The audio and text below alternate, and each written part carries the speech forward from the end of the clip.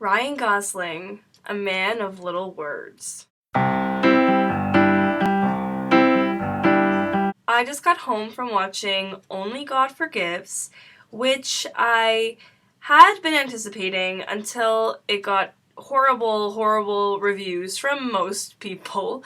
I had seen a couple people who really liked it, but in general, it wasn't doing that great review-wise. I didn't read any reviews, but I just heard that it was really bad. And so I didn't have any expectations for it, really. And that made it easier to like the film because I had such little expectations. I was kind of expecting it to be horrible. And I didn't think it was horrible. I didn't love it, but I didn't hate it either. I'm a little bit indecisive about it. I'm a little in between. There were some aspects that I really liked, and sometimes where I was just like, what? Like, why? Why, Nicholas Winding Refn, however you say your name. I'm a huge fan of Drive. I've seen it multiple times. It's one of those films that you can rewatch, and it always leaves you feeling kind of just as excited about it. And this film is definitely different than Drive, but in a lot of ways it's very similar in the fact that there's like barely any dialogue. If you thought Drive had little dialogue, then this film gives it some good competition. Obviously, it stars Ryan Gosling. It's the same director. The score in both films are by Cliff Martinez, and I really loved the score for Only God Forgives. That was definitely a standout of the film. And, you know, the kind of neon color. This film is really good to look at. It's a visual spectacle. It takes itself a little bit too seriously, which makes it kind of laughable at times. Just the extent to which these characters are so serious about everything when things aren't even really explained too well. Like, there's a lot of times where I was just confused. Even though the plot in this movie is pretty basic. It's basically, you killed him, now I will kill you. That's basically the gist of the movie.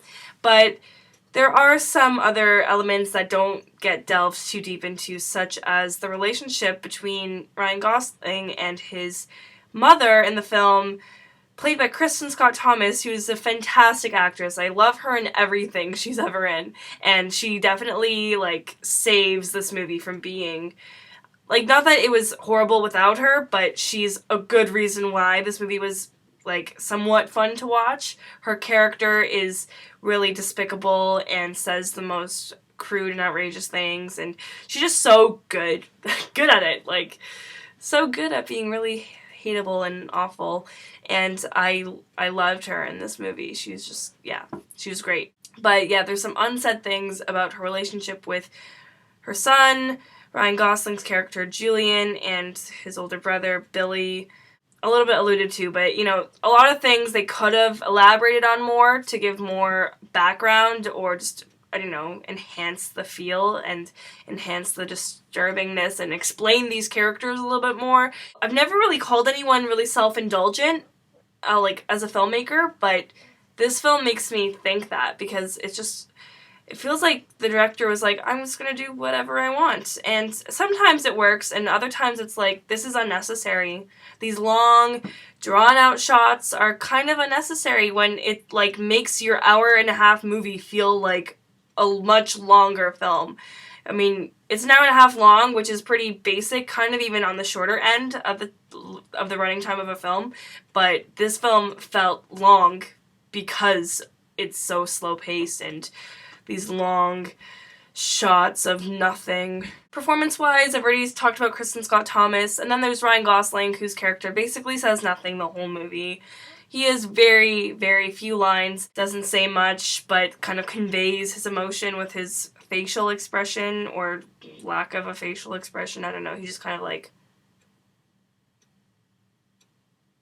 intense staring, I guess. I guess that's what you would call it. But I like him as an actor. I mean, he's kind of found his little niche with these roles and working with this director, but I mean, he's also really good at, like, the fast talking, lots of character kind of roles too. Just lately, he hasn't been talking much in any of his films, so come on, Ryan Gosling, I want to hear you talk a little bit more. The performances all around were just, they were good. Like, they were what they needed to be. There were some really intense scenes, some really intense moments, and then other times it just dragged. And yeah, the director obviously, just wanted to do whatever he wanted to do, and that's what this movie basically is.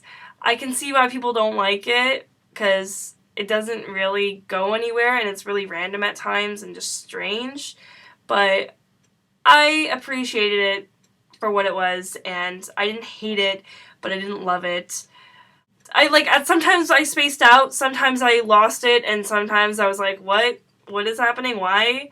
And then other times I was into it and enjoying it and frightened by it and intensified by it. So yeah, that's my review of Only God Forgives. I'm giving the film a C+, and thank you for watching my review. If you like what you see, please subscribe. If you've seen this film, please comment. I would love to discuss it with you. And I just want to ask, what's your favorite Ryan Gosling film? Please comment below. We can have a great conversation about it. I'm Adriana. My blog is Fresh from the Theater, and thank you again so much for watching.